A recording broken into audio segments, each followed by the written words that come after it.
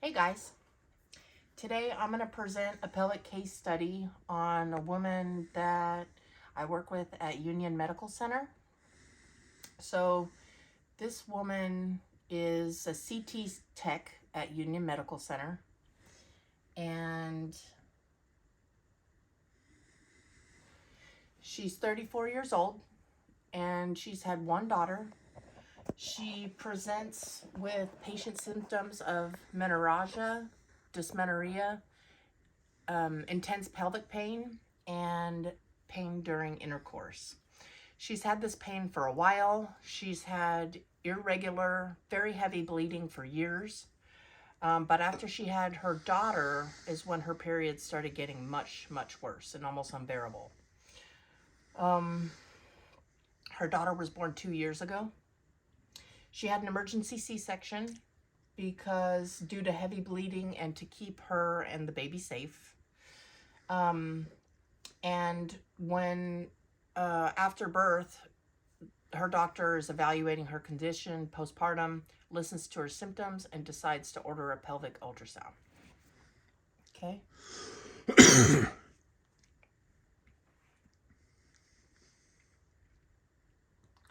So previous patient history: emergency C-section with her only daughter.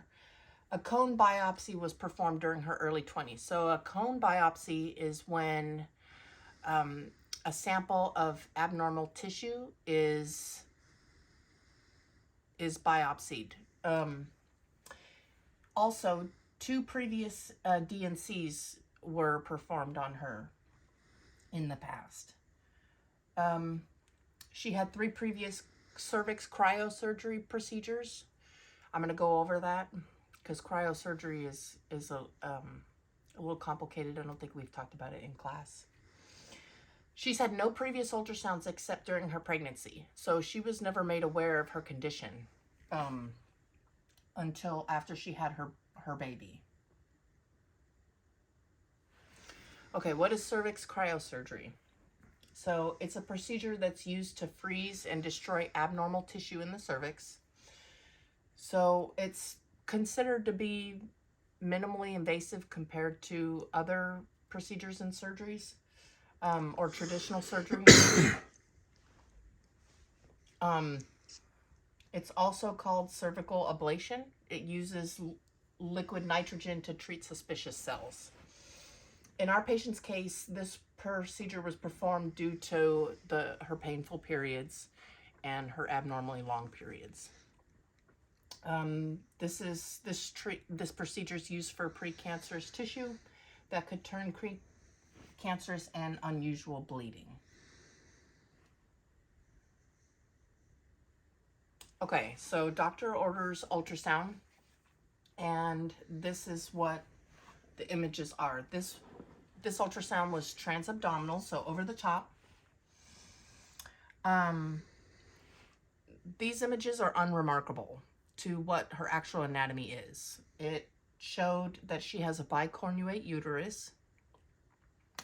As you can see right here, it kind of looks just like a normal uterus, to be honest.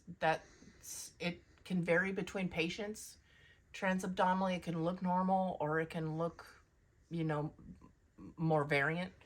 But this is the sagittal plane, and this is the transverse plane right here.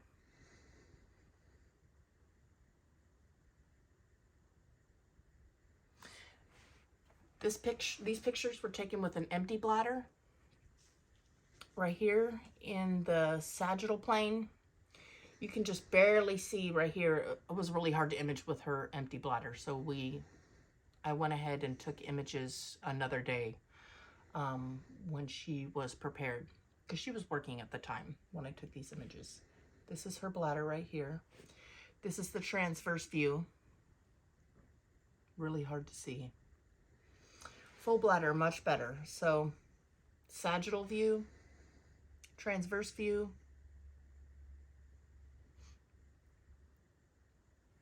This is with color and her right ovary. That's transverse. Okay, TV ultrasound. So the patient was not comfortable with doing a TV ultrasound, which was fine. So I pulled these off the internet. This, as you can see, much more clearly shows bicornuate uterus. So you can see the two endos, and it shows concave fundal contour indicating bicornuate uterus, both horns communicating. So you can see it looks very different.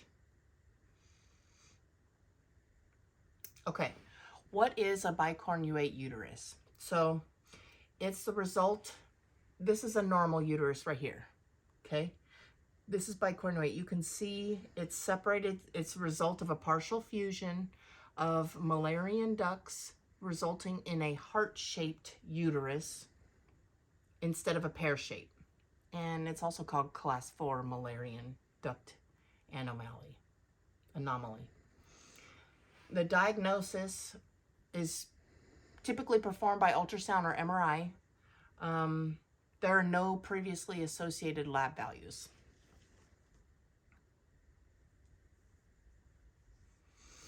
Complications with bicornuate uterus. So people that don't, that have no, for the most part, it has little impact on fertility. It can create complications, but there's an increased risk of endometriosis, recurrent abortions. Most people don't know they even have it because they usually don't have symptoms until they get pregnant. Increased risk of miscarriage and preterm labor, which is why our patient had an emergency C-section done. And twin pregnancies are extremely rare with this condition. Okay, how can a bicornuate uterus affect pregnancy? So there's several. You can have a miscarriage, preterm birth and early labor. We already discussed that. Low birth weight. Because it's a heart-shaped uterus, there's not enough room for the baby to grow properly. So it's born early and smaller. Vaginal bleeding. The fetus can be in the breech position, transverse, or in another position in the uterus other than, the normal head down position. Increased chance for C-section.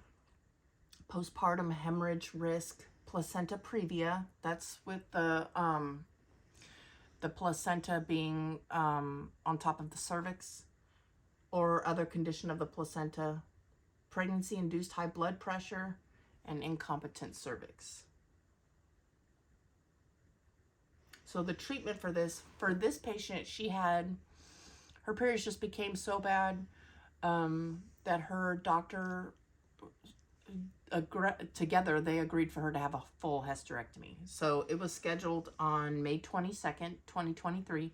I haven't seen her back to work yet because I think she was given at least 2 weeks recovery time. But her coworkers had been checking on her and surgery went well. Other treatments for this, though, can be laparoscopic metroplasty. That actually brings together the uterine cavity. That's a common surgery. Hysterectomy, like our patient had. Comprehensive counseling for women due to recurrent pregnancy loss, because it can lead to depression or anxiety because of the miscarriages and the abortions. If patient doesn't experience pregnancy, may never have complications other than increased risk of endometriosis, dysmenorrhea, or menorrhagia. And that concludes my pelvic case study, and hope you enjoyed it. Thank you.